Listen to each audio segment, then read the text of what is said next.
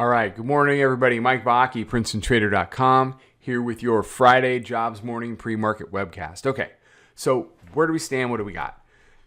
It's been a straight up week. It's been a very slow boil, but this has been a straight up week. Every morning, there has been, well, not every morning. Monday, Tuesday, and Wednesdays, there were dips to buy. Yesterday morning, there really wasn't even a dip. There was just, we opened, we flatlined, and then about 11 o'clock in the morning, they just go ahead and take it straight up. We printed a new all-time high yesterday, 25.50.75. We're on an upper band ride. Now we are trading above the second standard deviation band, and we're in something that I call the channel, which is the space between the second standard deviation upper band and the third standard deviation upper band. A band ride that shows some strength is, tends to want to live in this channel. The thing that is strange about this, or the thing that's frustrating, or whatever it is you're feeling right now, is because all of this has happened in a very compressed environment. You are doing a band ride you're doing a long-term band ride in the middle of short-term compression. Let me show you what I mean. So here is your hourly chart, okay? So here's the expansion pop out of the compression. That's a decent sized candle, okay? But you see how small all these candles are.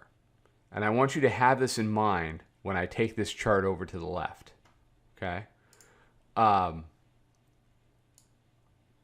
Remember back here when we were calling things Compression City?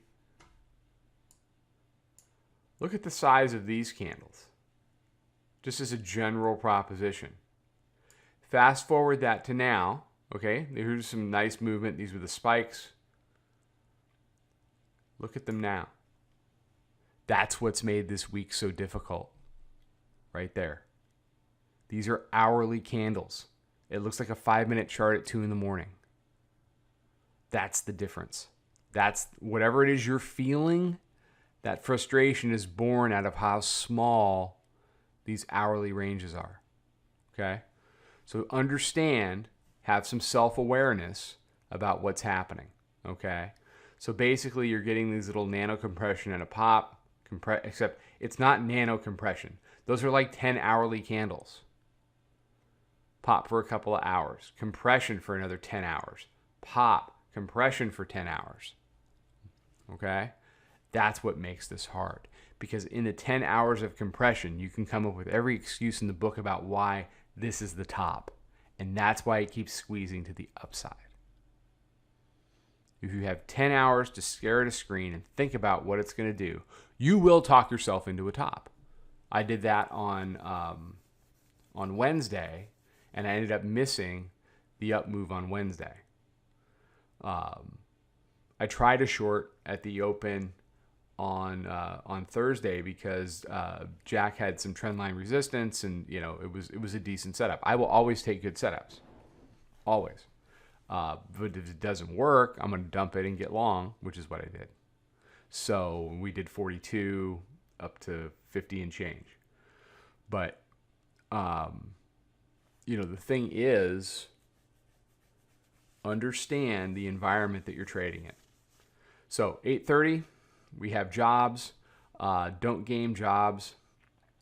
Let's see what the reaction range is. There'll be an upside and a downside.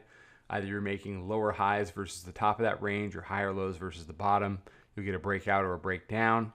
The last couple jobs reports have been pretty muted, which would fit into the theme of this market. But don't anticipate anything. Trade what you see. And then as we get into it, bulls need to keep making new all-time highs. The bears want to take back the daily upper band at 47 and then try to make some type of presence, have some type of presence in the market this week. This is obviously their last chance. Then we'll get a new weekly pivot and have at it next week. All right, everybody have a fantastic day. I will catch everybody for the midday update. Trade them well. Follow us over on Twitter, Instagram, and Snapchat at Princeton Trader. Check us out on Facebook and join us for a free trial at www.princetontrader.com. Princetontrader.com. Trade them